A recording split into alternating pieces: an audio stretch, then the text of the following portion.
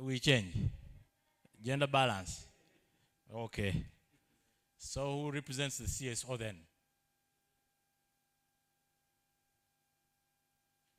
Now, Betty, you are pointing to a lady who is saying no, no, no, no. Okay, in the meantime, please let us go with this team. Because the suggestions that are coming, the person recommended is saying, no, I cannot afford to speak to these serious Ugandans. So, ladies and gentlemen, I also want to take this opportunity to welcome our panelists to respond to the research and the few questions that will be coming from the plenary. Also, I want to formally now welcome our moderators who will moderate this session. So my brother, Goodman, can you please try to be good to these people? You're welcome. Okay, thank you so much. Let's appreciate my colleague with a big hand clap. And also, let's in a special way.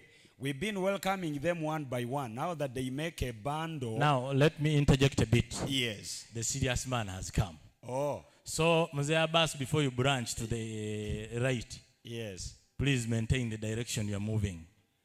You are welcome. Please, the hands of applause to Abbas Oetak.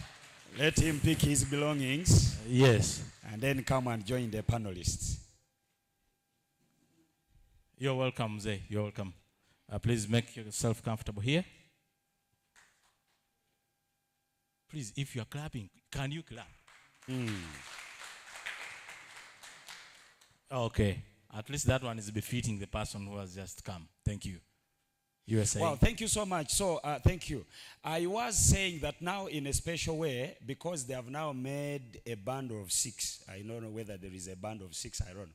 But anyway, let's welcome them in a special way, our special panelists here. Let's put our hands together while clapping and welcome them in front of us. Please, let's do that in a special way.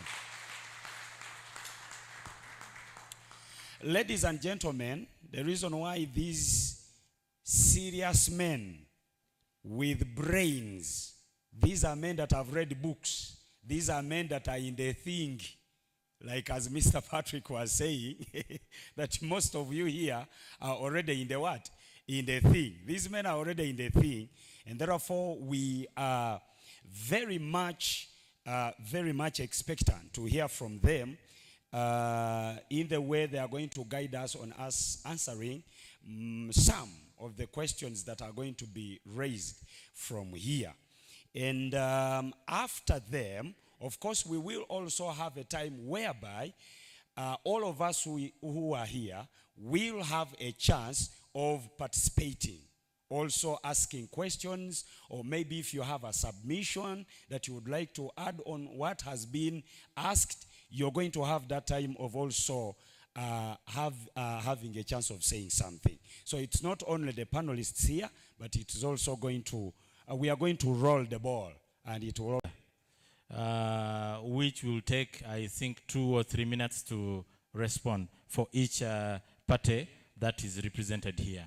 So in our midst or at the forefront, we have planners, we have a member of the CSO, we have the chairperson, Mbale Public Accounts Committee, at the forefront. So in one way or the other, I will start from the other corner. I first come. Okay.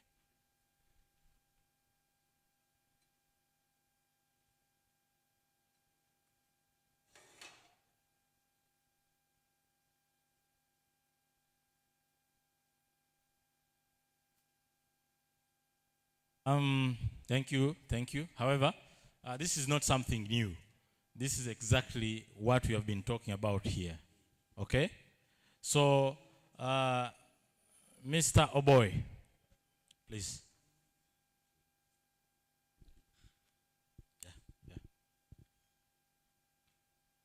Thank you very much.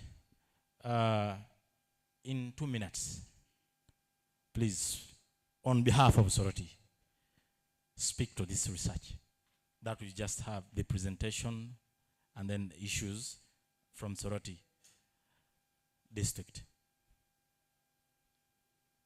Thank you. Thank you. In 2 minutes, I wonder what kind of information I will pass as the author and the terminal. What I know is that this research speaks about humanity, and it is all feeds into the National Development Forum. And I think the best about research, this research, is a program called Regional Development. And from that program of regional development, I pick only 2 areas. One, it fits into the objective 1 of the Sustainable Development Goals, which talks about getting poverty out of all people, poverty of all forms. That's what I see. And then the other one is that differently we are endowed. There are those who are better off in terms of natural resources, and there are those who are poorer. Now, how do we bring them to the same footing? So this is what I see about this research. Then the other one is that it fits into the ideologies of one politician in Africa, that is Robert Mugabe, who says that if you want to down the country, if you want to destroy the country, there's only one area you can destroy the country. That's lower the standards of what? Of education. If you lower the standards of education, you'll get the engineers who will make buildings to collapse. You'll get the doctors where people die in their hands. You'll get the religious leaders without the acumen of humanity. You'll get lawyers without the acumen of justice. You'll get managers and accountants through whom you lose what? Financial resources. Besides that, who are those ones who prevail on this trend of development in the country? It is what? It is the leadership. Now that it is about humanity and is about prevailing on the human resources, I see there is a lot about this what? About this research. I see one thing about one African leader in the US, that is the Luther the King. He says that the time you keep quiet on things that affect your life, you have laid the foundation of what? You have begun dying. Now you are here, you are not speaking for yourself, you are not speaking for your family, you are speaking for many people. And the Bible says that you have been given the spirit of power, the spirit of sound mind, and the spirit of knowledge. And therefore, not speak. And we're also told that from the abundance of the heart, the mouth what? The mouth speaks. So don't hide what is in your heart, which is affecting your family. Don't hide what's in your heart that's affecting your region. Don't hide what's in your heart that's affecting your country. You have been given that power to speak. And you have been given that acumen to speak. So Sauti here is all about bringing it out. And when it comes up, it's for consumption. And when you consume it, you internalize. And when you internalize, you give a resolved position. From the resolved position, we now begin to check on ourselves. How far are we moving towards achieving what we have agreed as what? As a resolved opinion. When it is traced and is found to be moving towards attaining it, then we are transiting from what is being observed to transiting what is desired. So that's what I see about Sauti. And everything that is researched upon here, from a technical point of view, it is good. Our brother from OPM has just given us opportunities, has just given us the trend of the development trend we are taking. But how do we prevail on that at the end so that we see ourselves as consumers of resources, proper consumption of those resources, and giving the right what? The right accountability. So we're taking the right direction. And I thank Sauti for all that. Thank you very much. You say 2 minutes, but I think I've done in 5 minutes. Thank you. Thank you. Thank you. Before you hand over the mic to the next panelist, I'll straight away move now to the CSO sector, because then that represents the voices of the people on ground. So help me with that mic. Please. He's there to help you. Mzee Abbas. Yes, please. First, let me thank the researchers for a wonderful job done. And as usual, Uganda makes history. Uganda is a country of very talented speakers and intellectuals, as one of our moderators said. We come up with problems with very clear solution on how to handle the problems. When it comes to implementation, we rate very badly in the entire region. I was very surprised one time in Kenya, Nairobi. The Kenyans were very convinced that most of the Ugandans are really very rich. Why? Because they move with their money in their pockets. Uganda is a money economy where cash is the mediator between buyers and sellers. So they work with their little money in their hands. While the rich Kenyans use checks and other facilities to pay for goods and services. Tanzania, by the way, is overthrowing Kenya in terms of wealth, but they don't talk too much. Twaweza is organizing for us, again, this beautiful research. Our problem is that we cannot account for all this data, high quality as it is, in the day-to-day performance in our jobs and duties. When OPM was speaking, I waited to hear something because he mentioned the problem of corruption. And the RCC is here. No one wants to convene a district integrity forum because that is the most important instrument in a local government in fighting corruption. The cow sits on that forum. The RCC sits on that forum. It brings together all the suspects in misuse of public funds to sit together and tell us what next. And they don't convene district integrity forums. Of course, we had a baraza here in Mbale City. I was impressed because I had warned that I think by Christmas, most of the corrupt people in Mbale City will be in jail. Unfortunately, the entire crop of the people who were expected to attend that baraza were away. They sent only very low cadre officers. The town agents were the ones who were there. Luckily, a former town clerk was actually indicted during that baraza. So the use of this data to deliver services does not match the expanding budgets. Budgets are growing all the time. At one time, I sympathized with Catherine. She was nearly becoming an activist civil servant. And for me, I wanted her to continue. Bwana Wetaka, just one thing, some guidance. Mzee, I will request, I don't want you to stand when I'm talking. Kindly take a seat. And then, this is how we're going to do it. I know my Mzee, when he starts talking, no one is going to talk. Basically, he has all the information that we need for the day. But here is what we're going to do. These are our panelists. We have a finding. A survey was carried out. And we're going to look at major. We have the whole country. But let's bring it down to the region, Eastern region. And when we look at Eastern region, the good thing is all the districts of Eastern region are almost here. So we look at our problems. When we talk about unemployment, what are we doing about this? The good thing is we have the people who are supposed to help us run these offices. My colleague was whispering something to me that, when I have the cow, I want to bring up that issue of unemployment. When the youths are complaining about employment, and then we keep hearing more jobs are being bought.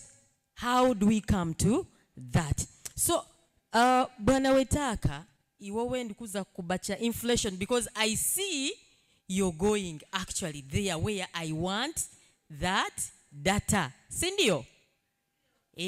So, as we continue, that is what I wanted us to bear in mind, that we're going to look at this survey that Sauti za Wananchi presented to us, and where do we go from here?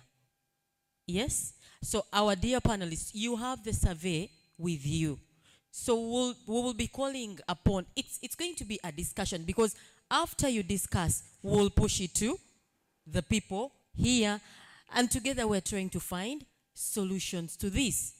When we talk about someone is, there was someone who was interested in domestic violence, and I think there was a whisper that the ratings on domestic violence, I think, are kind of low. Maybe they needed to be brought, but there was a reason that someone answered. I think it was it was answered on that. So let's bring that discussion down. Let's open the floor and we begin. And on that note, I think Godman is going first. Where is the other microphone? Oh, it's still. Bab. Waambirira data wange nza kumwitaga. Yes? Yes. Okay, thank you so much. And then also, as my colleague was saying, of course, after presenting to us the research, you as panelists, you should have been surprised of some things in the research. And you must, as you're here, you must bring some of those things that you were surprised to hear in the research. What surprised you in the research? You understand? And then also, what were your expectations of the research? Does the research kind of like fit your expectation, or it doesn't? So those are some of the things that we shall be looking at. We shall be hearing. All right, I think we begin. Let's hand over the microphone. We begin with our first question. When you listen to the research, first of all, what were your expectations about the research? Thank you. This is not the first time I am participating in this activity. The first time last year when Bale, that is Wash and Wales, and we all brought these issues which is being aired out by Sauti za Wananchi. That is the voice of the people, if I'm to get my Kiswahili well. And in that meeting, there were resolutions that were passed. And from those resolutions, that's why I was saying that in after our consumption, as a resolved position, what mechanisms have we put in place to take us towards to the resolved positions? And if we are not moving towards the resolved positions, who has slept on what? On his or her job. That was my concern. Then the other one is that now that the budgeting process is taking course, and there are many things that are coming up, like of the nature that are going to come out from here. We'll finish the regional budget consultative meetings, and we're going to do what we call district budget conferences. Now, you who belong to what they call the program working groups, as ministries and development agencies, are discussing these issues for articulation in the national budget. How have you come up together as development partners, as civil society organizations, to package it, decide that it doesn't meet the resistance when it comes to consideration in the national budget? Now, you have talked about something about gender-based violence. Those are the things that I was expecting to come out clearly, because all these things that affect the community, they are all articulated, what we call the cross-cutting issues, and they're about 8 of them. Gender-based violence, one of them. Issues of environment is one of them. Issues of HIV/AIDS is one of them. Disaster issues are some of them. The other one is population issues, things like sexual and reproductive health, family planning. Now, my question is, as a resolved position in that meeting. Take an example of one which is only attended to in the developer in the national budget. That's HIV/AIDS, where we're conditioned to pick about 0.1% of the entire budget. If your budget is 30 billion, you expect you to pick 30 million from that. But the argument is that where is all this money coming from? It comes from a limited area. Now you ask people who inform the program working group, as per the resolutions last year, how have you come together to ensure that these cross-cutting issues have what we call what? A direct budget line to address them. You have just heard my sister from Omoro speaking about what takes place in her own district. She's talking about cross-cutting issues. But you as a team that belongs to the program working group, how have you come together to package it so that it doesn't what? It doesn't meet the resistance. And then there are other things that we cannot talk here one-on-one basis because it never came out clearly. This information was not disseminated early enough. But as I was reading through, some of them meet the facts on the ground. For instance, if you say the number of ladies that attend these village meetings, planning meetings, they are low vis-a-vis what? Vis-a-vis men. And then those who attend the council meetings, those who attend political rallies, and then those who attend. So if I look at the statistics, it's right. If you look at the case of the council meetings, the law requires that you who elected somebody to be in the council, the person elected is the one to what? To attend those meetings. So the percentage is low in that regard. Even if you look at the one for, there's another one about to budget conferences at the sub-county level. The law is that the person who represents others in the community, in the village, like LOC2, is the one that goes to attend what? Budget conferences. So when you see the percentage in terms of attendance, low in budget conferences at the sub-county level, low in terms of the council meetings, is because of the laws that are what? That are prevailing. But how best can you, as this team, make sure that that percentage what? Goes up? It's within us to come out with it as what? A resolved position. But that was my expectation. My key point is that as a program working group, how best have you come together to articulate the budgetary allocations of cross-cutting issues in nature in what? In the national budget. Thank you. Mr. Obo, before you say it, what surprised you about the data?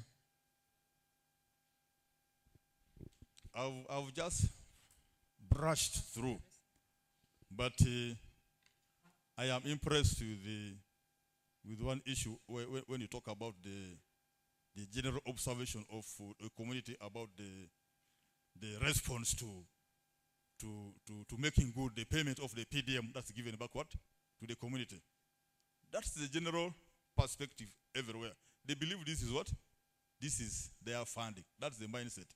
They have not been taken through the consequences of having what? Of having that fund to them. They believe that is money. If Museveni is their president and they're the ones who decide through the ballot for him to what? For him to be in the presidency, why will he get the power to ask them what? That's the hidden thing. For us technical people, we're not supposed to speak about these things. Yeah. Because for us, they say politicians do what? The right things. But for us, we do things right as political people. Also, as you do things right as a political man, you're not supposed to speak about this. You can only campaign for the president, but not other what?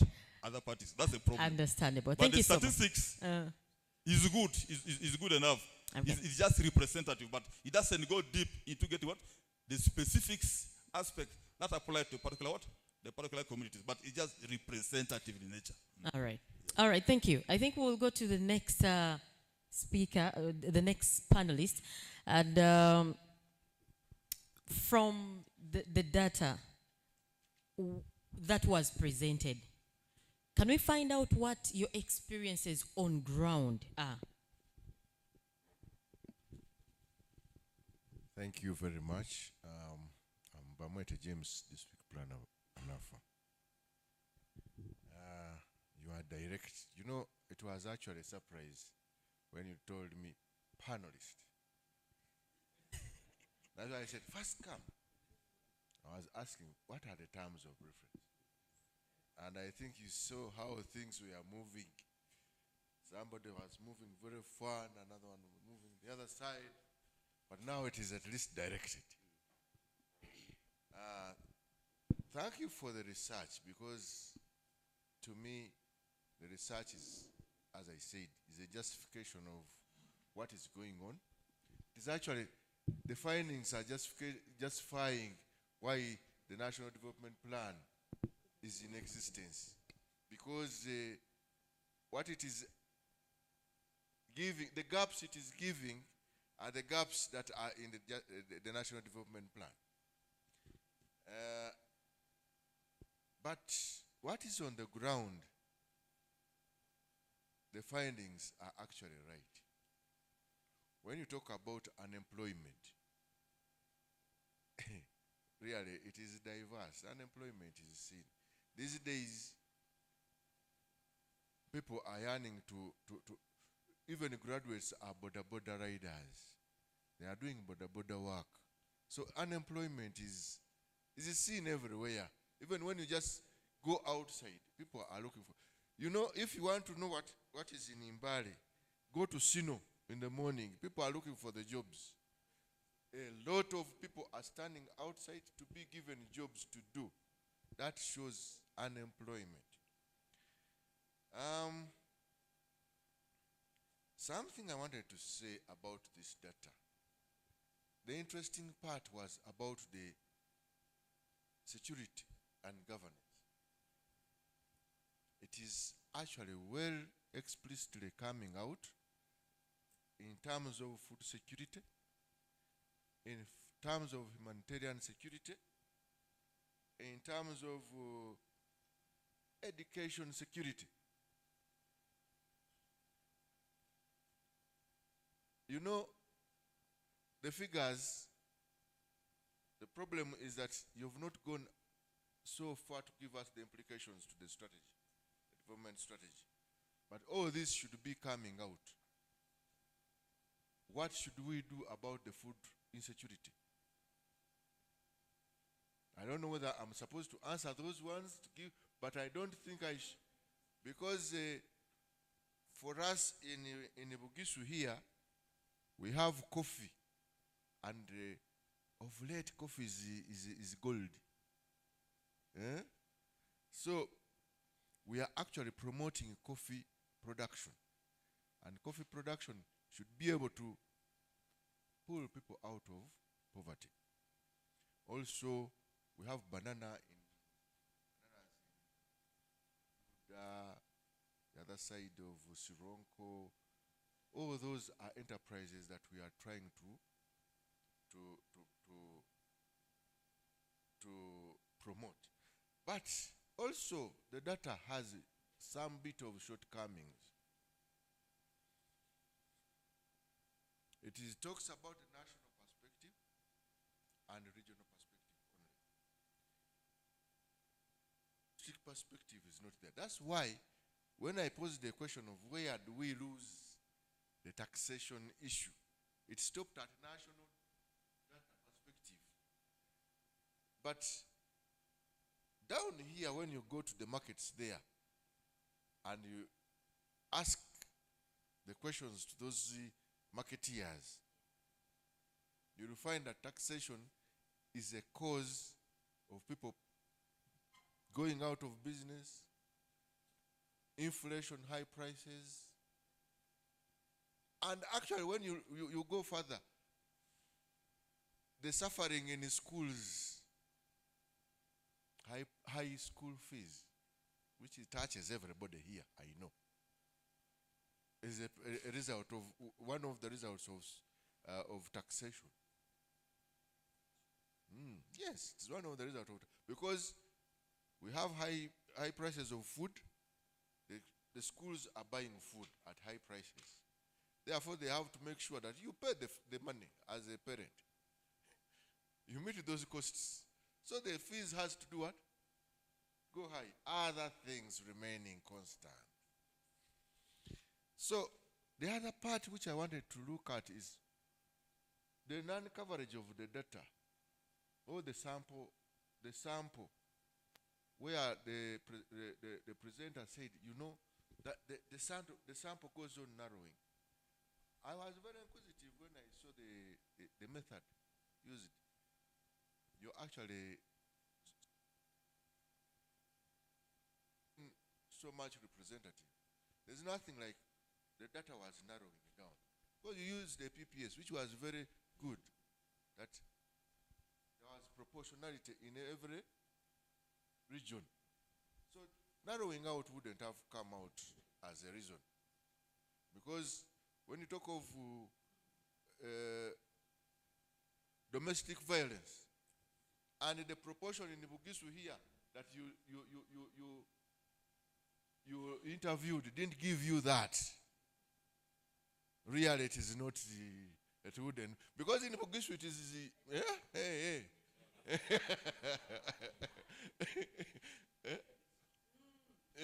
the proportion that you asked in Bugisu, they would have given you the real reasons and the real data. But it got lost somehow. So I think let me stop there, unless there's another question for me. Okay, no, thank you. That's it. And we want to take actually a little time on this so that we can now go to the questions also. Another thing on this research that we want you, the panelists, to look at, like what are you doing in order to address these challenges that you've had in the what? In the research. You understand? What are you doing on the ground to address these challenges that you had in the research? Actually, I'll take you back. I think it was either Richard who said this is not the first time we are sitting down and discussing this. And he brought up something interesting, that who is sleeping on the job? What are people who are supposed to be doing what they're supposed to do, not doing it? So let's take it a little further and look at, because this is where the challenges come in. And the man from Captura, you have taken note of the data, and you have taken note of the challenges that we are seeing. But what do you think should be done to address these challenges? 3 minutes. Oh yes, the time factor. We're going to bring it down to 3 minutes so that we can move on to some, because it's a half day's event and we don't want to dwell a little more than we should. Thank you. My name is Mayamba Jospat. I'm the planner for Kapchorwa district. I've taken note of the concern you have raised. I fully share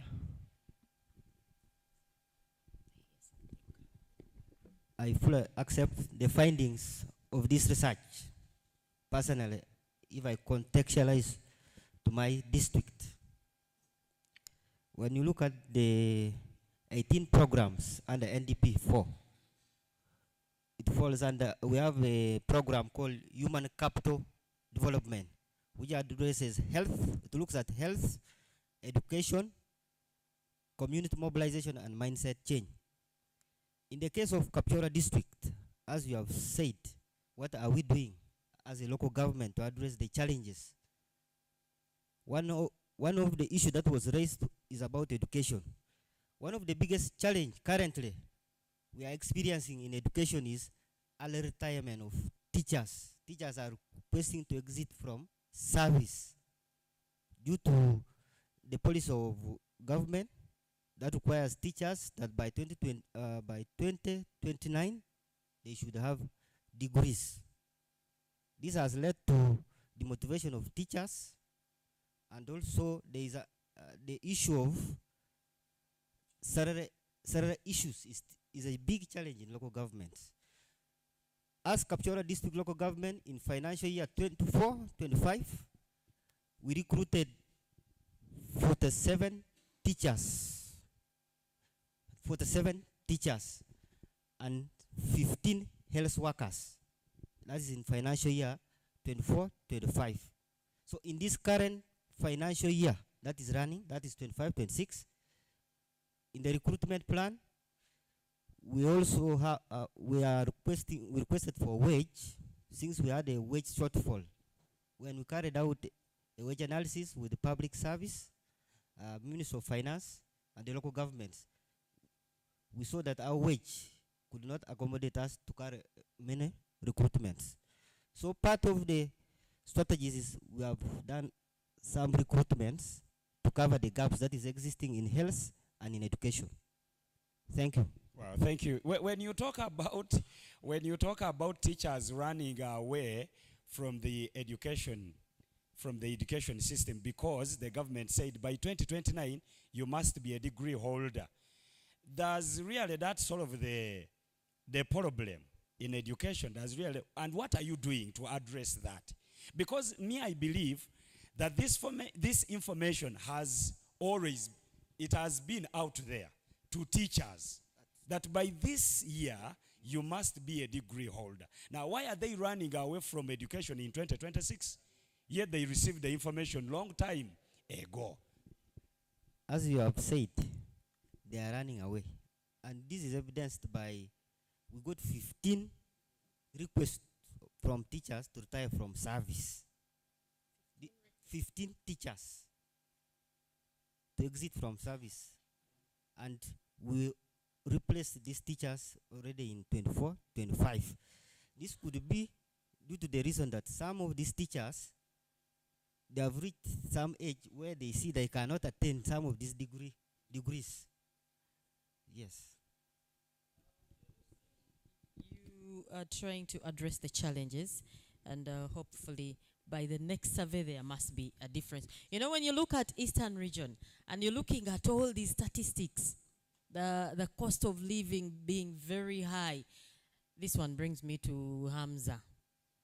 You head the accounts committee of the district, that is Mbale district. When you look at the survey, putting in mind all the findings, where does this leave Mbale district in your analysis? Thank you. First of all, I take this opportunity to thank, first to welcome the findings of the study, because that is critical for our digestion, but also to thank the authors of this study. And I have seen people, of course, talk. No research is good unless it is critical or brings a discussion.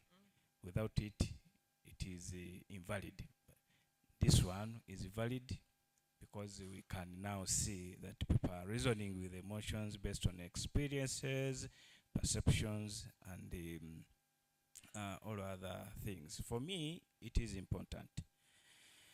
And that's why I thank Twaweza and of course those participants who participated in this study.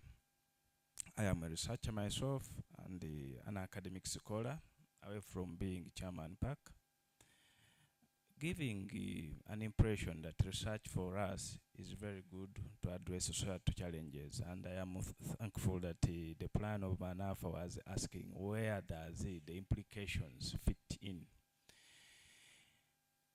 It now takes me to the question that you have asked, but now doing this, I will not address it as chairman PAC, because that would then would either narrow my reasoning, but also give an abstractive information that I may not be able. Maybe the planners would actually be the one answering that. But as a citizen, this is rooted from my introduction that I am also an African. Talking about inequality, I have seen the findings here, and I was asking myself, this inequality that we are talking about, it gives an impression that maybe Eastern and a little bit Northern is doing somewhat well in terms of income inequality, that is according to the study findings. Although, when you also go back and look at what UBOS's household surveys have been over the years, and where even actually the 39% Chida Chonka is rooted from, I think you would find that Eastern Uganda and the Northern have been unfairly on the margins of income, because it has not been fairly distributed. And that's not actually about here, but also about what UBOS has been doing research, also household surveys over the years. Where does this leave people of Mbale? For me, I wouldn't want to narrow down to Mbale alone. Let's speak to the region, or maybe even the country as well, because one funny characteristic of this study is that the dimensions that I see here cuts across the whole country. If today we are to replicate these study findings using the same methodologies in one singular region, say Karamoja sub-region, regardless of where you are carrying it, the chances of finding the same studies are high. And that's why I'm saying maybe let's speak at a wider perspective. What then is a semblance of this income inequality in Uganda? The current voter apathy, the current political emotions, the perceptions that are driving, that are influencing the current political environment, the agitations that we see every day, whether on the barrios, whether in social media, the outburst that we see daily is a consequence of income inequality. And I want to be subjective on my reasoning, although I can as well try to be rational in terms of this. Why subjective? Is because that one of the philosophies of research is anxiology. That when we are disseminating such findings, sometimes we have in the interpretation, we use our own thinking as researchers to do that. Now, today, you have a younger population, and I am very happy that this study, the participants aged between 18 to 44 years age category, the most somewhat critical answers or responses that we have seen or findings have emanated from that category. And when you come to income inequality, still you will find that these are the same people who have talked about. And these are the same voters that today we are saying, oh, Electoral Commission is saying that the youth dominate or either 75% or 70% of the national voters register. Now, if these are the same people who are saying that no, there is income inequality in this country, to me, it is a true reflection of the study. And of course, it is backed up by experience. When you look at the panel that you have selected here, I am the youth of age.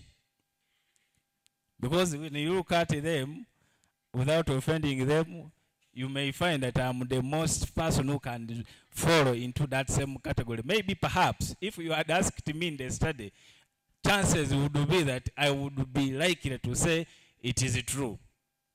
So where does my reasoning, my thinking resonate with this.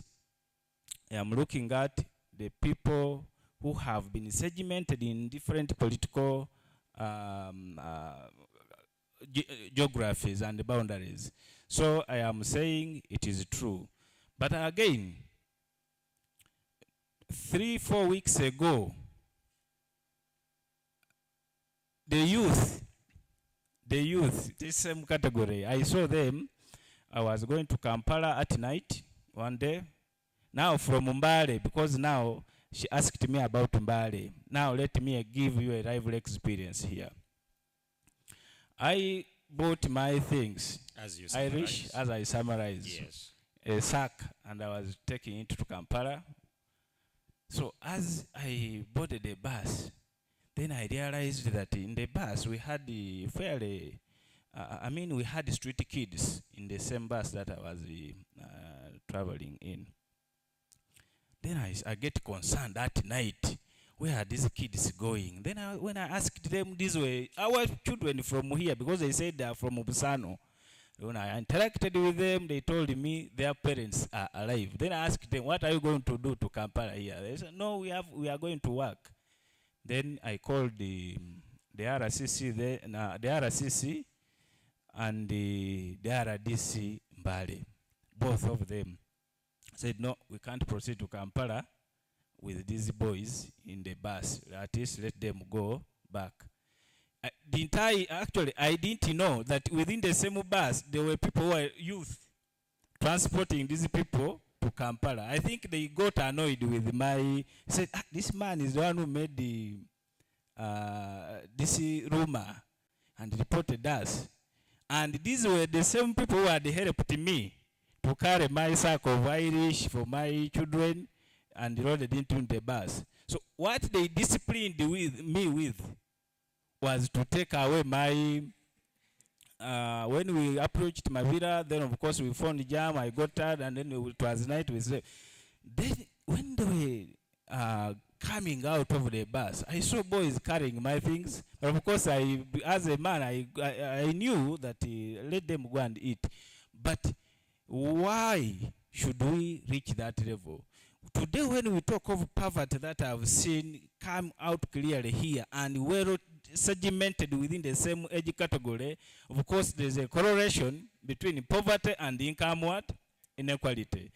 So for me, I think I have a conclusion that the income inequality that has been exhibited here in the findings and the level of poverty, the level of illiteracy, the plan of Kapchora talked about human capital development, where health I think lies. These are the same people I have seen. They have said when they were asked about the health performance of health in the country, and they were saying it is poor. It could be largely, the best explanation could be like maybe, as I was also, shocked with that, because it then came to me that maybe these younger people are the ones now who are going to health centers to get access to public health services. But maybe it could be that, at that age, they are sexually active.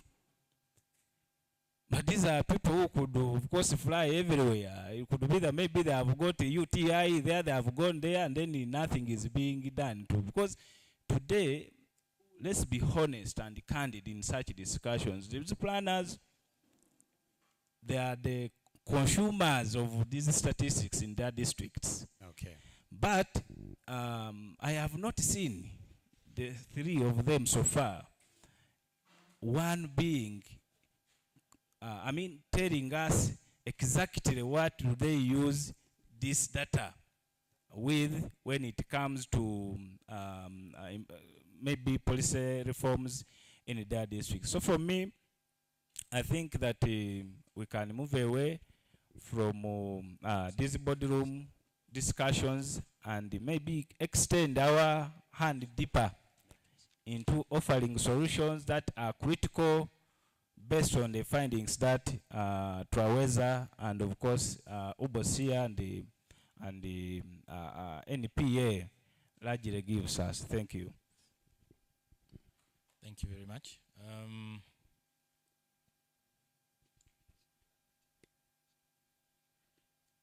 Okay. So we have had these conversations. My question comes to the implementation part of it. Based on this data, are we together? Based on this data, what policy shifts do you think are most urgent? What policy shifts do you think are most urgent to address the concerns that were raised in this research? Yeah, thank you.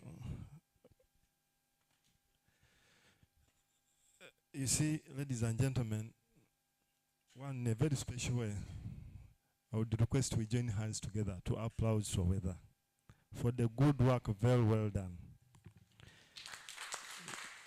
You see, Ndugu Mugabe at one time said that no matter how bad someone is, it cannot be regarded as useless because it can be used as a bad example. Now, you see, research, one, first of all, informs our decision making. Two, it guides our planning. The honest truth is, government has come up with very good plans. I want to agree with my colleague from the Ministry of Office of the Prime Minister, honestly speaking. But maybe the biggest problem we have as a country is implementation, ladies and gentlemen. And even the resource envelope. That is why I always want to appreciate civil society organizations who have always come up to bridge the gap which we have as government. Can we applaud them? What has shocked me here, when I was looking at the research here, I thought when it comes to corruption, we all cried the same. The problem which they raised as Busoga Kingdom was teenage pregnancy. I didn't see it coming here. Aware that even some of us here could be victims of teenage pregnancy. How many of you are firstborn is here? By show of hands, maybe to appreciate you. There is a likelihood that firstborn is a result of teenage pregnancy. And this is a big problem, ladies and gentlemen. Now, policy making, what urgent can be done? Of recent, we had a regional meeting, a zonal meeting, with the coordinator of Operation Welfare Creation. Colleagues, as long as we are still depending on rain harvest water, production is not going to remain sustainable. And we humbly requested if we can have irrigation schemes across almost every district, every parish, if possible, to have sustainability of production, it can work out. Me and you must realize that at the moment, there is a climate weather change, isn't it? So production is not constant. So one of the key issues which could be given a priority is having these irrigation schemes to maintain production. The other issue I wanted maybe to, as one of the good plans of government, ladies and gentlemen, you are aware that when it comes to health sector, every sub-county must have a health center free to enable access of health services by the citizens, which is not the case at the moment. How can we achieve all whatever we want to achieve when we even have districts being commanded by health center frees as district hospitals? But sometimes when you talk about this, you talk when the voice is low. So, briefly, is what I wanted to highlight. Thank you. Okay. To be direct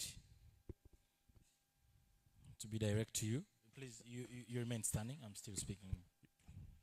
To you as the planner of Namutumba, am I right? No. Please pass. Yes. Okay. Yes. As Car. Actually, I would even request how I wish this research was zeroing so much at district level, such that I get to know as a district how best am I performing in different indicators. But anyway, it gives us a picture as a region. But I would love if it is maybe given at district level such that we get to know under different, how are we performing under such that we get to, you know. Thank you. Okay, thank you for that. This is for Mari and Tim for your consumption, the dissemination part of it. I think that's what he was talking about. The last bit of it, why I'm asking you this is I wanted you to be direct. What does this data suggest about resource allocation or the priority areas in as regards to Namutumba district? Your question?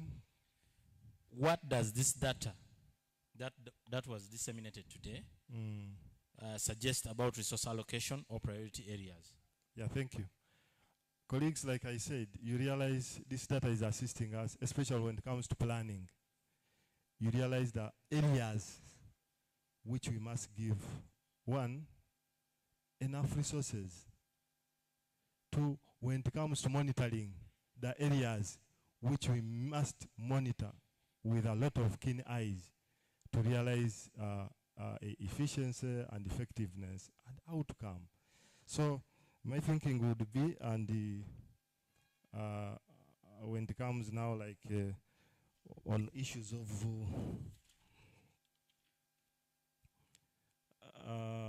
when it comes to yes, it was issues of what? Hunger and drought. Clean water access. Clean water access. Let me give an example on this. What does this data guides us as a district?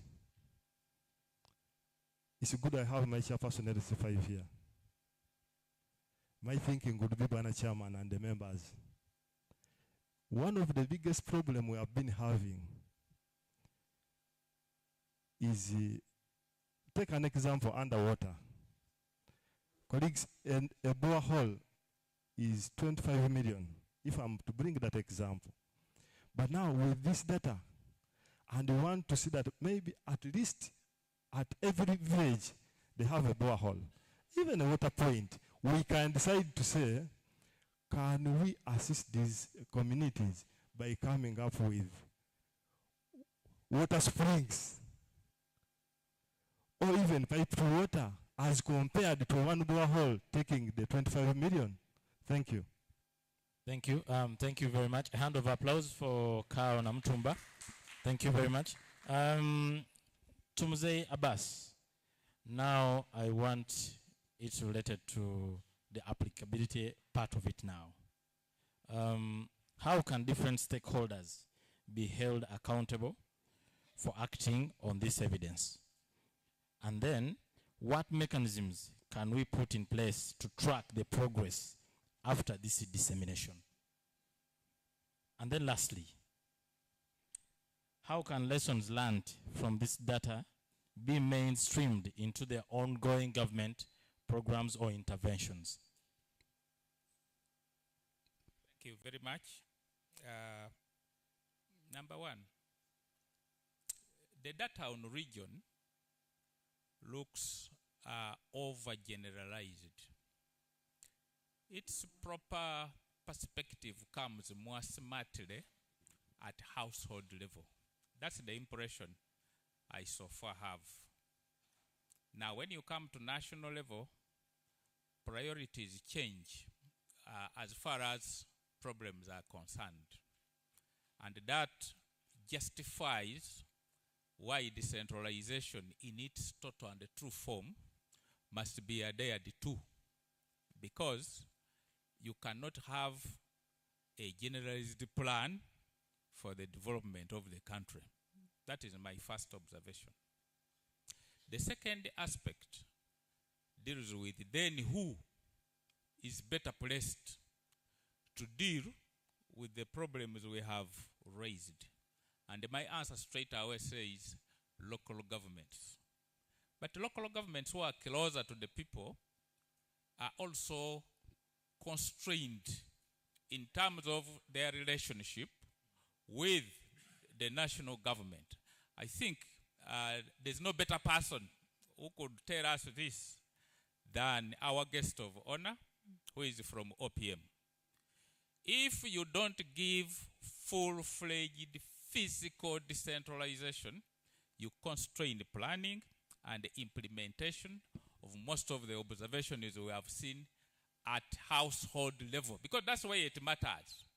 And I think that's why you see His Excellency the President bypassing all levels of government and going directly to the household level and talking about PDM, talking about Operation Wealth Creation, and having other improvised organisms to handle that program.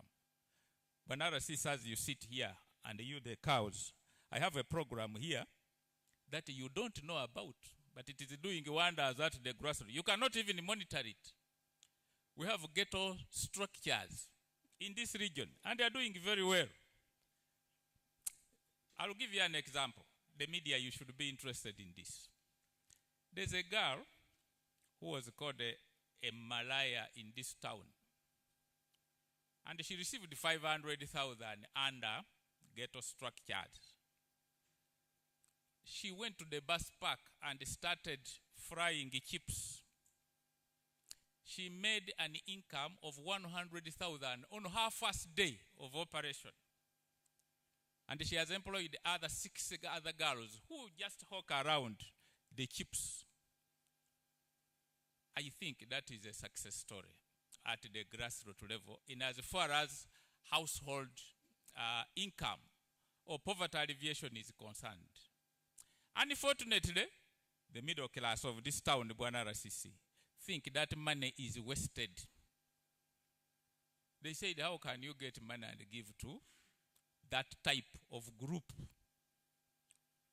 Its impact can neither be captured by the community development officer nor the commercial officer who is the effective supervisor of this. So if you check the data on the poverty alleviation, that group of people may be skipped, because if you followed the formal structures, which you cannot supervise, nor can you follow, then you don't get to that level of performance.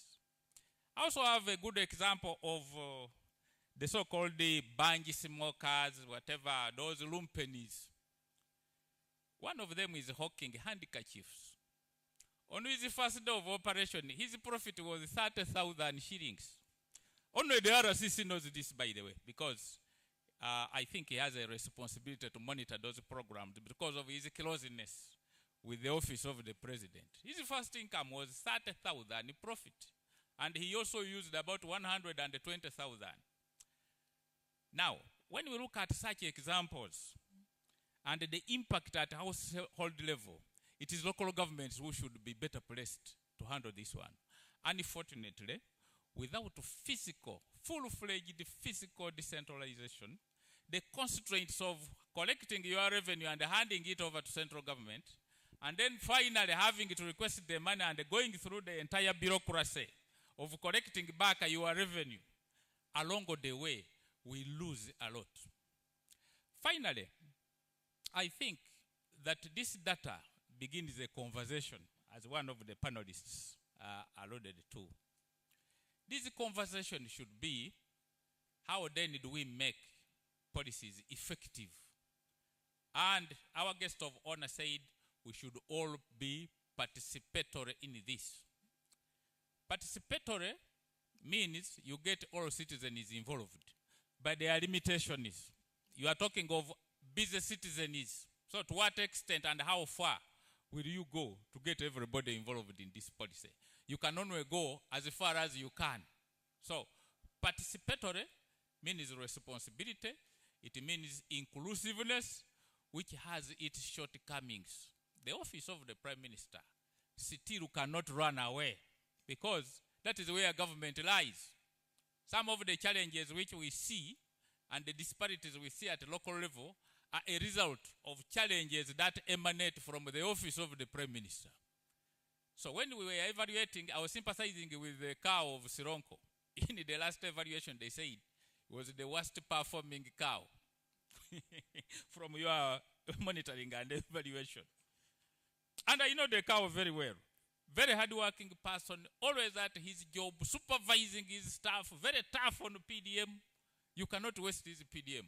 The report came saying he was the worst performing chief administrative officer in Uganda. And you could look at his face and see how discouraged he was and how his morale had gone. If I were him, I would have fled from the job. But he's a courageous man. He went to his station and said, I will do it again. Thank you. No problem. So for that reason, I find this research extremely eye-opening, and therefore begins a conversation on how to make government services effective. Thank you. Thank you very much. A hand of applause to Mzee Abbas. Straight away before the panel team leaves, we want to welcome Mr. Okidi to come and give a brief, since they are the ones in charge of these statistics. So please, you're welcome. Yeah, it's okay.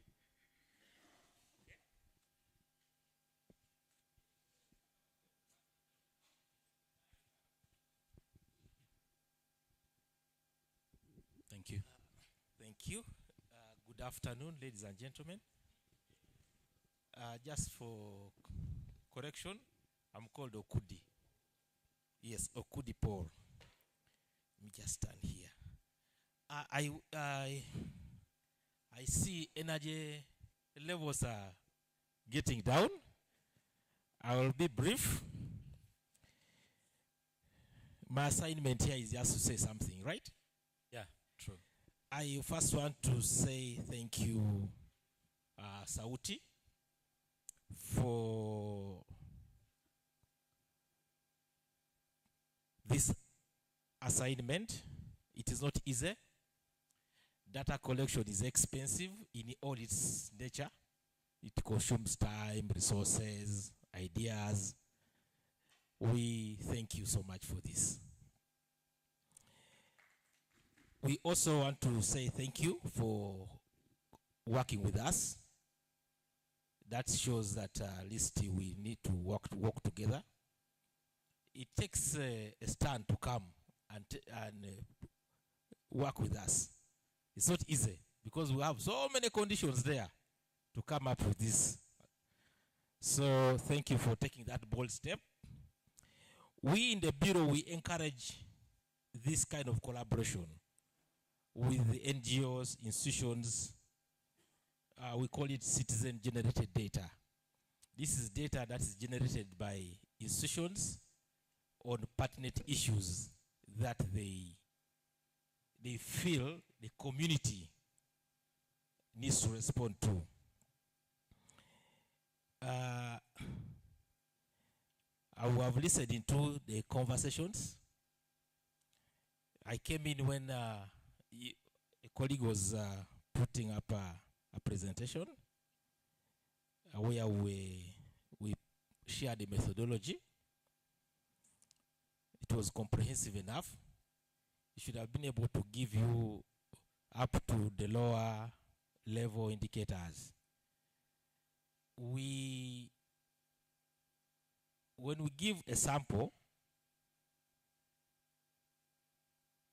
you can even weight to down to a lower level. Disaggregate it to what we call the statistical regions. You can have for Bunyoro, Busoga, Sebei, Bugisu, so that the Chabazinga now knows what is there. The Mukuha also knows what is happening. But now when you combine it to the Eastern, it leaves a gap. So go back and analyze again. Because now when you talk about northern region, somebody in Omoro says, but somebody in Lango says okay. So you can look, we categorize that as the work region. West Nile, Acholi, Lango, Karamoja. So you might find that might be in Karamoja. So I request that you go back and then do further analysis so they can have a comprehensive presentation of the findings. The other thing that I see in the presentations is that you needed to do some bit of validation and corroborate with other findings. This stands as if it's a standalone. We have so many studies that we have done. Check and see how have other reports been. It gives you, when you present from a point of uninformed point of view.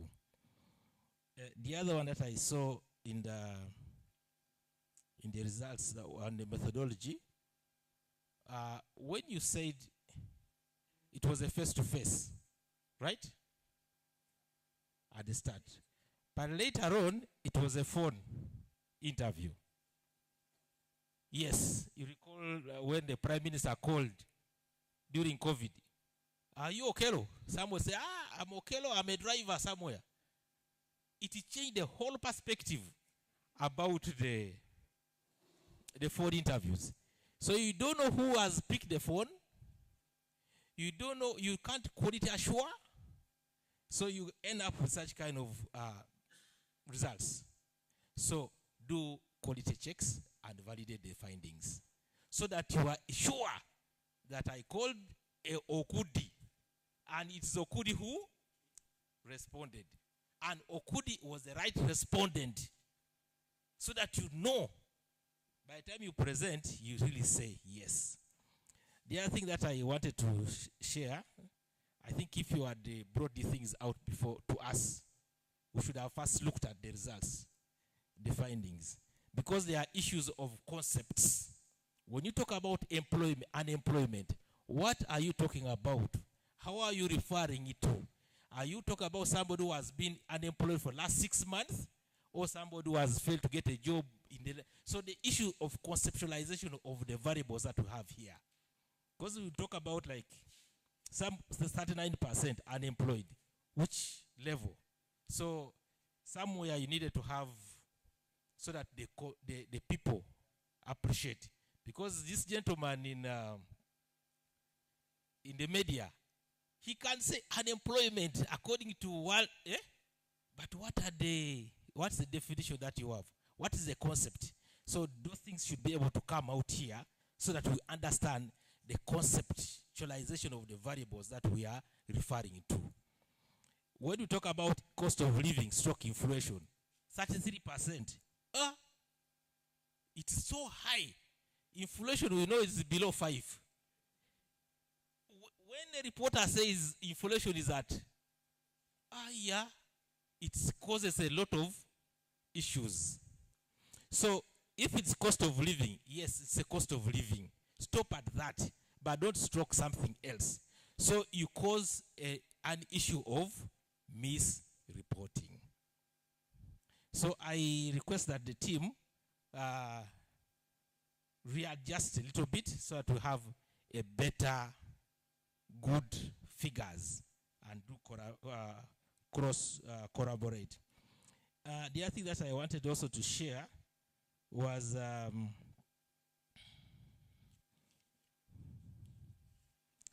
the issue of access to this data. If you checked on our websites, there's a lot of data there. This one should be able to tell us if it's a panel. Panels are always 5 years, but this is more than 5 years. It's not yet 5 years. Yes. So you need to, before you come back to us, and we'll look at the data and we'll share so that we can be able to report things that are really, because you find that Chabazinga now will take a report. Omoro will say, the other one will say, but is it? Kumbe, it's the issues of concept and methodology which must come out very well. We are available. I'm not alone, we are two. That's why you see we really say, yes, let's go there so that we support the institution and come up with findings and support evidence. I submit. Thank you. We want to thank you, sir, Mr. Kudi, for sparing time to come and share these insights with us. Straight away, we would have gone to the plenary. However, there is a concern, maybe some information that needs clarity, where I will call a team from Twaweza, either Viola or Maria, to come and clarify on a few issues. And then straight away we go to the plenary, and then the RCC closes. Thank you. Marie, please, the microphone. Thank you so much. Violet, you can come. You can Vi, make an addition. please, you will make additions. Okay. Thank you so much, Mr. Kudi, for that submission. We are glad that you're here to observe this session. Now, to some of the concepts or the concerns that you mentioned, I would like to just speak to some of them. There is one on the access to the data and to look at it further. We have had the opportunity to share as well as the team that handles methodology. I think that was last year or even early this year. And so we've had thorough discussions on what we are generating. Then in terms of accessing this information, it's freely available for everybody to look at it. We have also submitted the data from the very first phase when we collected it at panel constitution, and then shared subsequent call rounds with the Bureau of Statistics, and they looked at that. We did look at some livelihoods data, and we were tasked to do a comparative analysis with other reports, which we also submitted to the team at UBOS. I think there were a constitution of about 3 departments, yeah. And they didn't have any other concerns for us. Then in terms of the definition of the concepts, from this data, sometimes you share something on, say, maybe inflation, that is what the findings are saying, that's what the people are concerned about. For the ordinary citizen, if at all you're talking poverty, they will not know the issues of coefficients and all that. They will not know. They know it as they live it. That's why we are saying the citizens' experiences and opinions. And hence making this discussion extremely important, because sometimes the duty bearers in this space here, and even us who sit in Kampala, as the discussions are ongoing, you hear contextualized conversations and you're like, oh, I had not understood that things are exactly that way.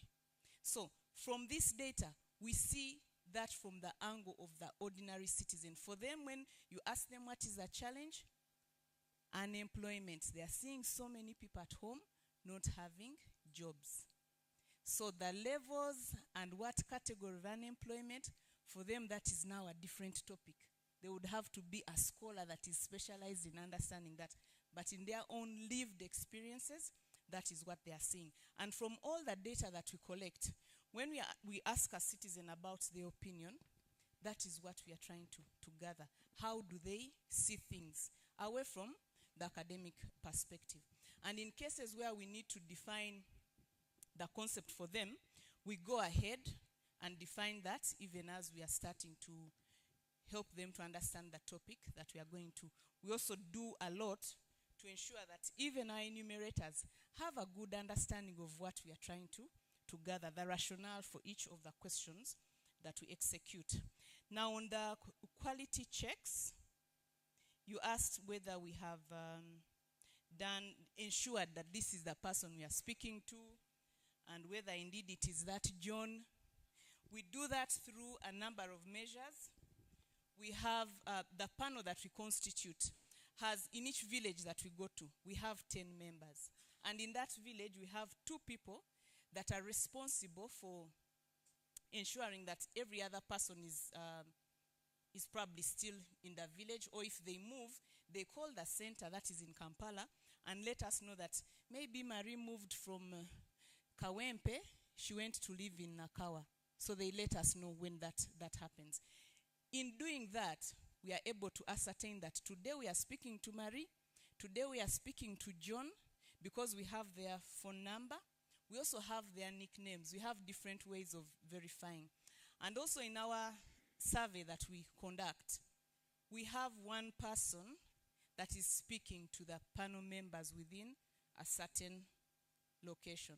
So today you will not have Edie speaking and then the next day it's me. No.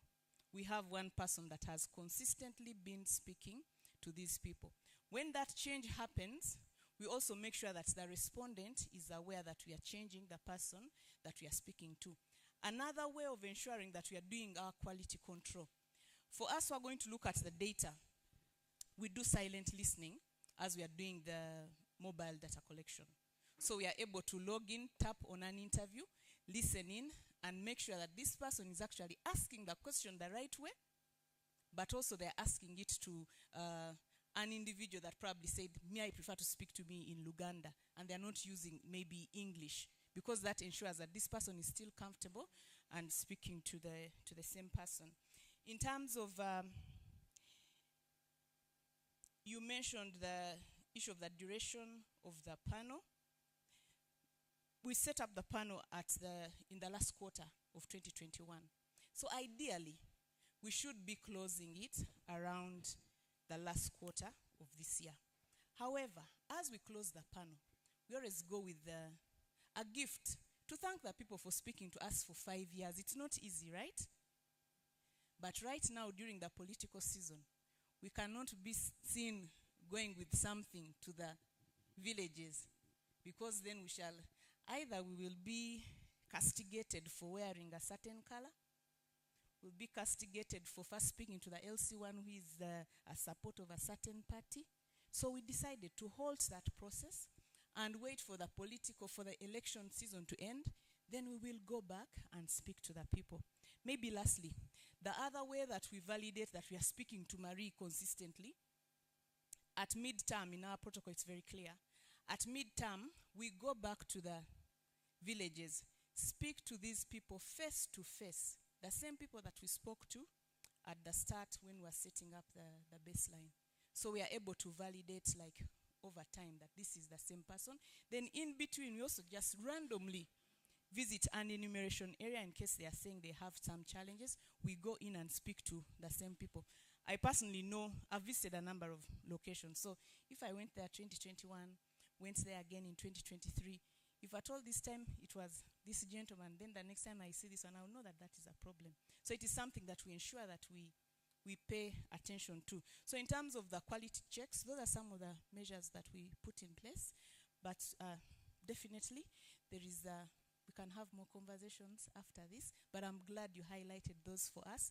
It's things that we take care of. And I'm glad that my supervisor is over there listening to me defending everything we do.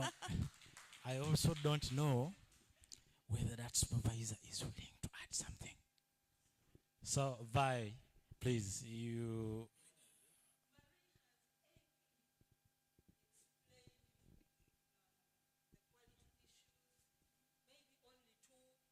Points that I will make. One being that when Mr. Okudi was giving us feedback, which I must thank him for, he asked us, he wanted to understand why we're talking about a face-to-face interview and then the telephone calls. The way our methodology is designed, of course with the support of you boss, is that when we are doing the baseline in 2021, when we are enrolling the panel, we do a face-to-face interview. Once the panel is on board, the subsequent data collection rounds are phone surveys. And Marie has ably explained how we do the quality assurance, the back-end process. So that's how it works. The other issue you raised is about why we are unable to do the analysis to a much lower level, to the sub-region, Busoga. What's the other one? Actually, because of the nature of the methodology, we can, if we went a little lower, we would compromise the statistical power. So we retain it at that regional level. But I think since we are coming to a close of this panel, we will review and see what that requires us of to have a panel that allows us to do analysis at a much lower level. Having said that, I would like to thank you again for the comment and the feedback. Thank you, Violet. Thank you. Straight away, in the next 5 minutes, before we call the RCC to close, we will be welcoming questions from the plenary, around 5 of them. 1, 2, 3, 4, 5.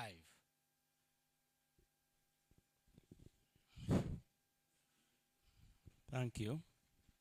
I'm Honorable Mtia Patrick, the Vice Chairperson of Namutumba District Local Government and leader of government business in the council. But just I'm wondering, because as policymakers, when you are selecting the members on the panel, you eliminated leaders who are policymakers at that level, because you would get a chance at least also to say on the research that was made. But if time can allow, I can always show my cause. Not even this. Thank you. I think we will have that discussion again tomorrow because we still have time here. So this is not the last group that will be interested in speaking to. You want to add again? I cannot go without appreciating Twaweza. Okay. Because I'm one of the beneficiaries in Namutumba, where I have an NGO forum. That time came, my question is going to Office of PM, because they always come here to assist us in implementing government programs as well as the lower local government programs. Mr. Commissioner, how much you are that you are not in the shoes of the commissioner himself. Mine is one. We always get problems. Like I lost a lot of money when Twaweza had agreed to work with me. And according to the guidelines that you gave cows, that when there is an activity and time has ended with that NGO or any civil society that has come to work in the district, the law requires them to go to the Solicitor General again. By time there, when a funder is leaving and has shown. Comrade, yes. Thank you very much. Thank you. In the interest of time, please pass over the microphone.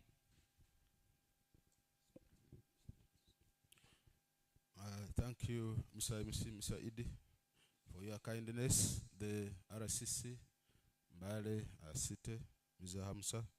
My name is, I'm Stephen Masiga, and I'm the spokesperson of the cultural institution.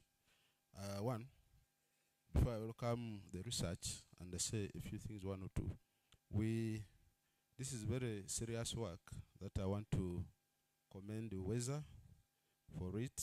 However, next time, let it be headed. It's not headed, you don't see any heading, it should be headed. Twaweza on your headed paper. It is lacking. And to enrich your research, you should have also captured some photographs as you're interviewing people in the village so that you accompany it. The Banyankole have a saying that whenever you meet the king, you greet him even if it is in the mud, in the swamp. Don't wait for the red carpet. Because you see, when I go with this, I may not go on the website. So it should be well blended so that for me I can read this one and I will not perhaps may not have the data to go on the website. Nevertheless, I want to welcome this research on behalf of the cultural institution that I represent. I'm here in the local stand of the cultural institution. I welcome it, and these are the true challenges that affect our people. We want, as I said, as a cultural institution, we have one message, especially to the youth. There is an English king who maintained a man on the payroll just for the man to gas for him every other morning and will be paid. We want our people, our youth, to at least do something for a living, be able to give a service. Don't just sit around. I saw them lamenting. That lamentation and fighting government may not help us. Let's be productive. If we don't do that, we shall perish. Thank you so much. Thank you. Thank you. Remaining 2 people. The other one, and then here. You are 3. Thank you You so are the much. last one. Thank you so much. In 1 minute. Raka Chief. I'm going to be very brief. Like JJ. When you look at the data, some of the issues that have come out have been poverty, and then, but I'm going to look at health. Health.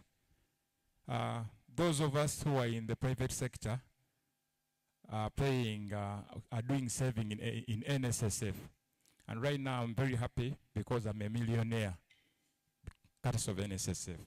My question is, why doesn't government implement the health insurance for all Ugandans? Thank you. Thank you. Thank you very much. This lady, and then finally, him.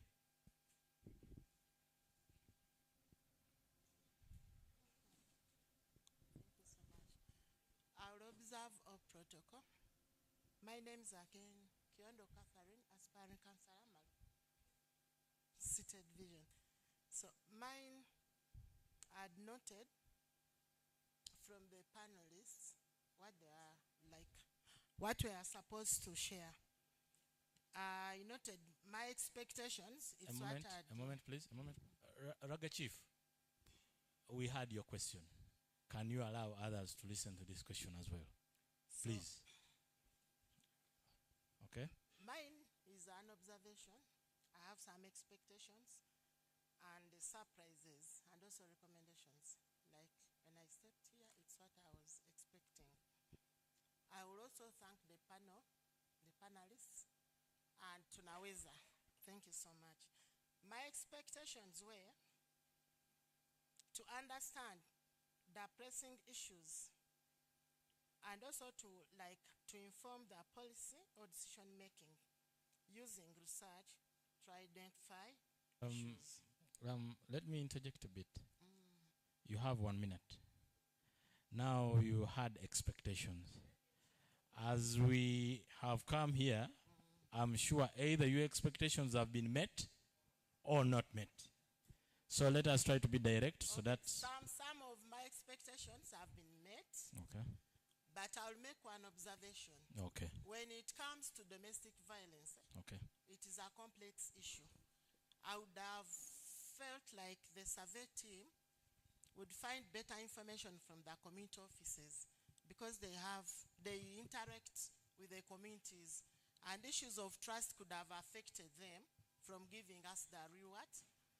Yeah, because with domestic violence, we all know it could have taken a higher percentage.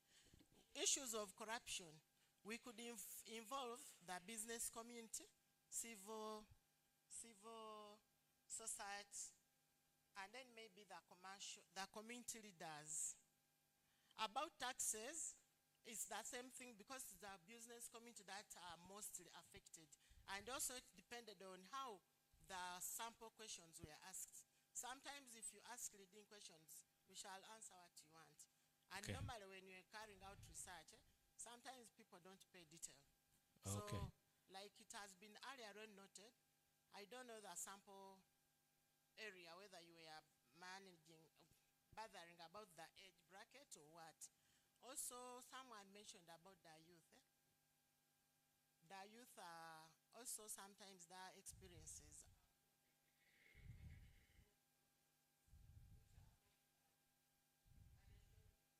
Sometimes they're depressed because they have no voice. We don't normally listen to them, but they also have issues. So thank you so much. Thank you. Thank you. You hand over the mic to... Thank you. Thank you, the panelists and the organizers. Wandos Robert of Uganda is my name. I'm Senior Committee Development Officer Mbale. The research has mentioned a number of areas, including mindset, poverty, corruption, and others. To me, this revolves around the governance system. The way I'm looking at it, maybe the panelists would interrogate the governance system further to see how it affects these areas. Because one, you cannot have a governance system which gives a lot of power to the political arm than the technical arm, and the technical arm which is helping the people to sail away from the poverty, and definitely to me that one would not really help us to improve people's situation. When we look at policies, the policies we have, of course, one said that good ones are made from Uganda and they are tested in Tanzania and are implemented in Rwanda. But I want to say that we have had policies which have worked very well, and all of a sudden we move away from them, and then we go and start something new. We had here NADs which were starting to work, and all of a sudden we just moved away from it, and then we started something new which was wealth creation. And then when I was at one time, I was a chief at some sub-county, and they brought me 5,000 seedlings of mangoes. This was not what people were asking for, but the system supplied that, and definitely we lost money because of that. So to me, I would say that we need to interrogate the governance system and then see how this can help propel our people. And the last one is on our society setup. For us in our society here, somebody who has stolen from the government and is very rich is the one we praise.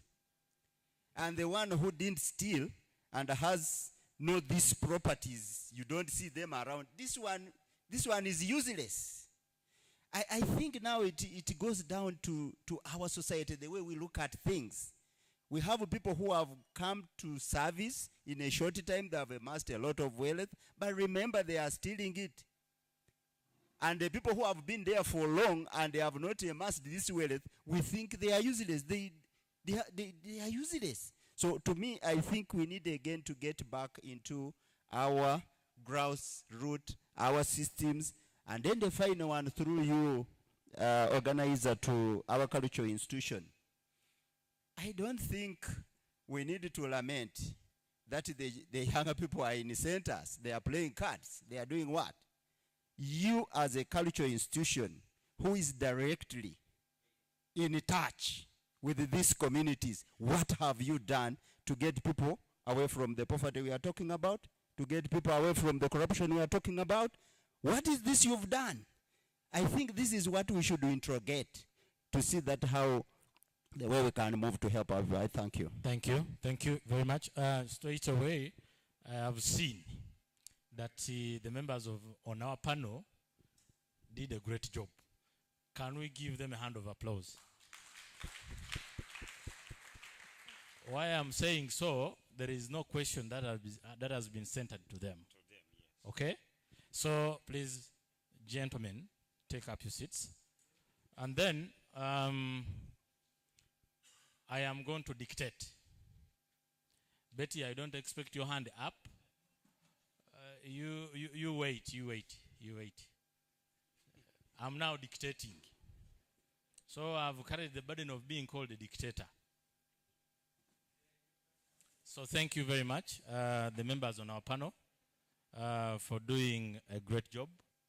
And then straight away, because we are not going to speak again, can you please give us a hand of applause? Me and my team.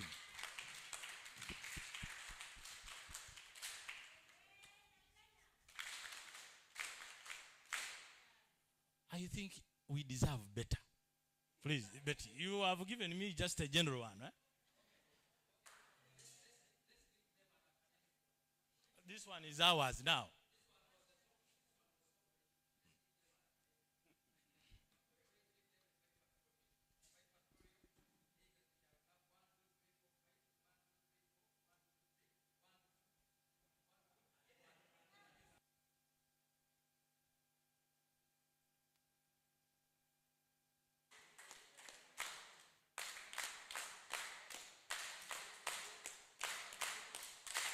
Thank you very much. Thank you very much. My team, please, you can take your seats.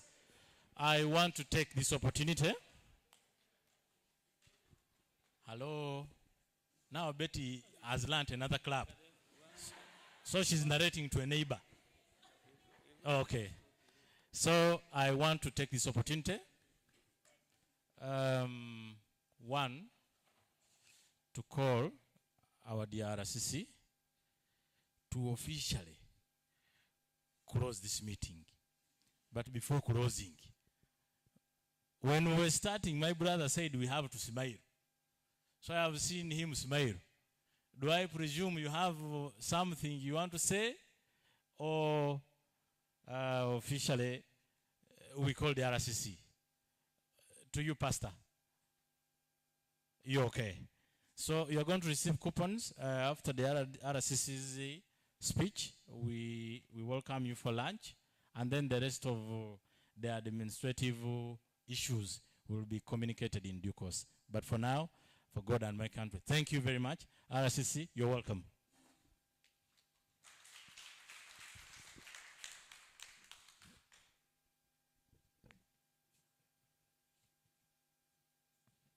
Thank you very much, the Master of Ceremonies.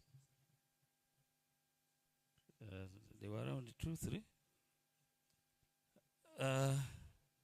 The Commissioner from the Office of the Prime Minister, the Town Clerks are present, the Chief Administrative Officers, the planners,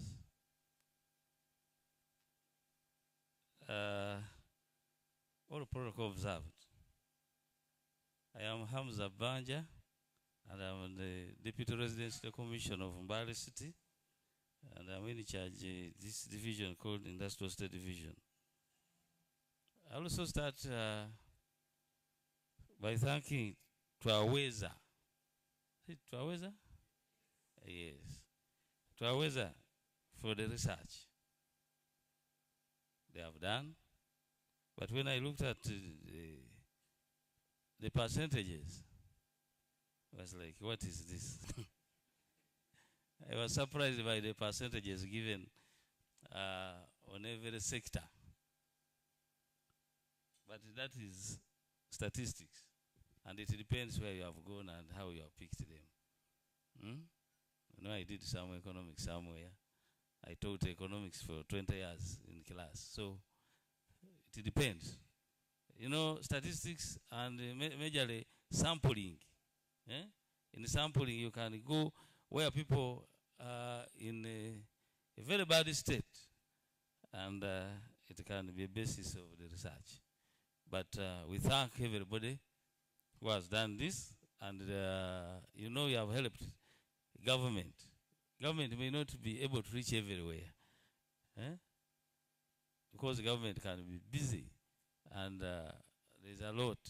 So when Twaweza goes down there and does this, we thank them, because it is an eye-opener also to us, that we can also go and reach. They have talked about unemployment. Where is this exactly? We go down there and look at this. We were working in the city here. We are seeing people doing their things, and they were fairly well. When we talk of unemployment, like a gentleman who was seated here, I don't recall, is a planner, something of the sort. He said in the morning and in the evening, when you are going to using Palisa Road, going that side of Kampala, when you pass Industrial Park, you will see thousands of boys and girls, the young ones there, going to Sino Park. They are going to work. They are not looking for jobs, by the way. They already have the jobs. But maybe when we are looking at unemployment here, we shall look at, is the person satisfied of what he's earning? That is the question. But these are the jobs what? Available. Okay? The jobs are available. They can meet the needs, the basic needs of life. So, we can say there's unemployment, but there are those types that we used to know about the disguised people are working, but are they getting what they want? Or people are working, waiting for the other job. Like somebody said, they will have the border men who are graduates. Is that it? But they are graduates waiting for the other jobs they studied, but they are earning something. Is it okay? Yes, I think that one may also work for us.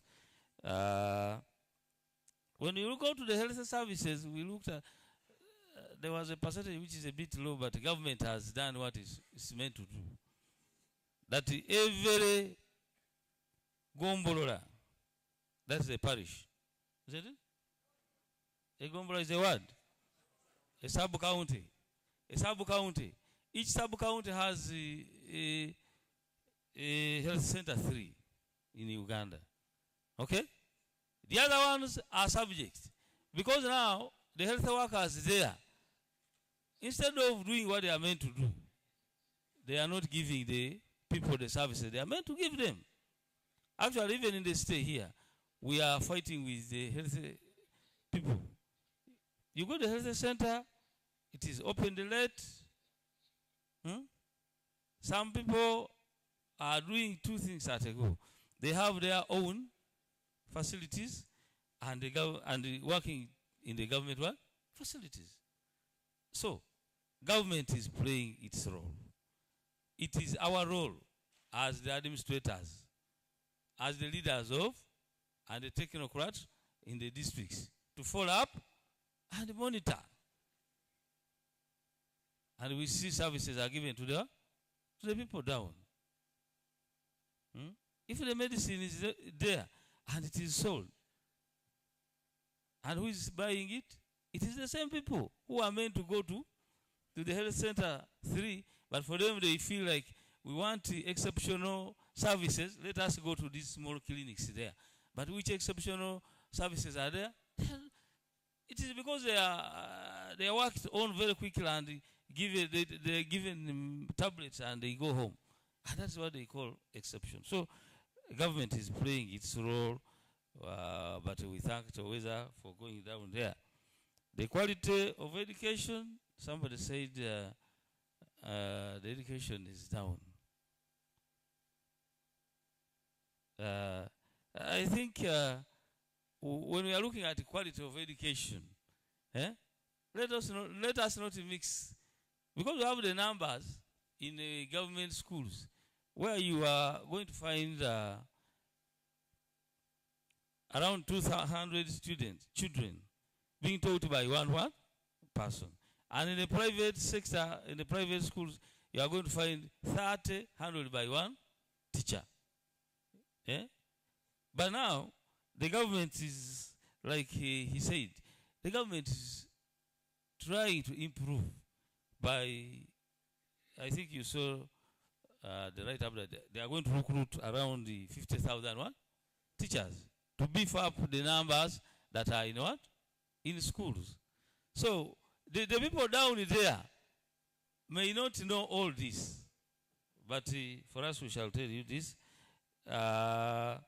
Outbreak of diseases and the other ones, in Mbale State here we had the outbreak of cholera recently, but it was only one person. There was only one case. But the government came up, all the Ministry of Education came here. Sorry, Ministry of Health came in Mbale and sensitized the people. But it was very simple, tell them wash your hands, do this and that. Because people have the mindset of what happened in in COVID. When they had Ebola come, everyone bought what? Everyone bought a mask. And they thought that it is airborne, there's airborne transmission. So, government did what it can and everything went well. With security, we are handling as security heads. We may have these small things there, petty stealing, because of sometimes negligence of the people, the owners of the property. You are not closing your house, you leave things outside there, Those simple theft may be there, but the government has played its role. The mindset with PDM, please, government has played its role. We can accept, all of us, that this money goes directly to the beneficiaries. There were some issues, the gap was there, but the government tried to close the gap by introducing what? That these people are supposed to get money on their mobile phones through post office. And people are receiving this money. If there are a few gaps there, then we call upon you people to go and close up the gaps there, because you are down to these people who are meant to get the money. If the town agents and other people are getting this money and diverting it or registering their own and they earn this money, it is absurd. But we are trying very much to see that people get what? The money. I don't want to talk about the manifesto of the president, where he said he's going to triple.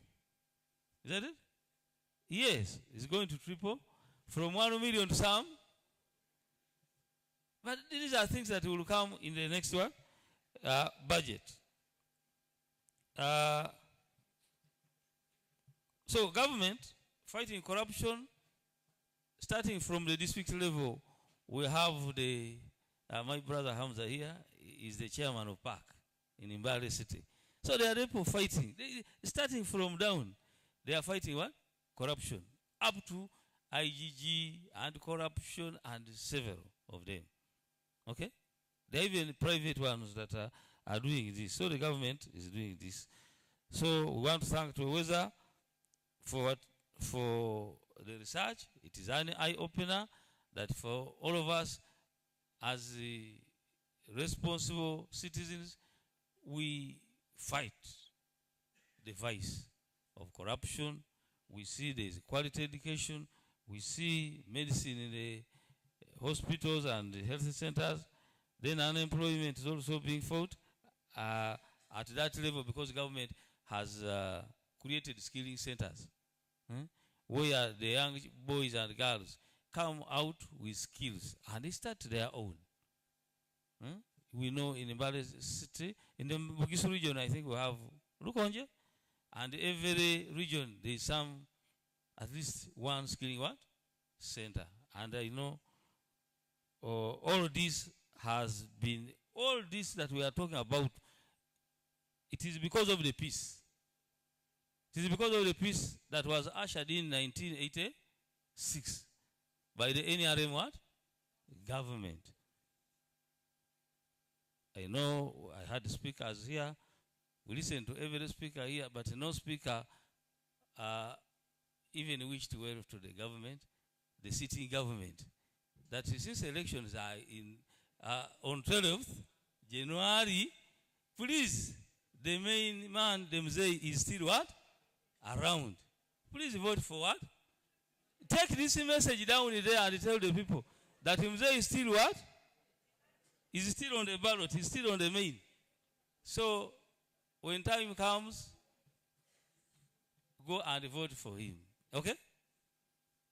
Yesterday I was somewhere and I was addressing some people and people were telling me, for us we have our own in Mbale City. I said, okay, he's there. But how do you want to fail with somebody? I was giving them an example that even if all of us in the Bugisu region give one person, still we shall have to what? We shall not win. Is that it? We shall not win. So how do you boost that? For me, I'm going to land down with a person. At least say, this is a winning team, let me go with it. This is a winning team. Okay? And you all know, nobody organizes an election to what? To lose. I thank you for listening. And there, I declare the meeting closed. For God and my country. Thank you so much, RCC. Therefore, since the workshop has been closed, we now go for lunch. And like as we were told earlier on, we are going to receive our coupons, and then we shall be heading to the serving point. So thank you so much. You sit where you are, and I will be bringing a coupon. And then after, so let's have someone to bless our lunch or pray for our lunch.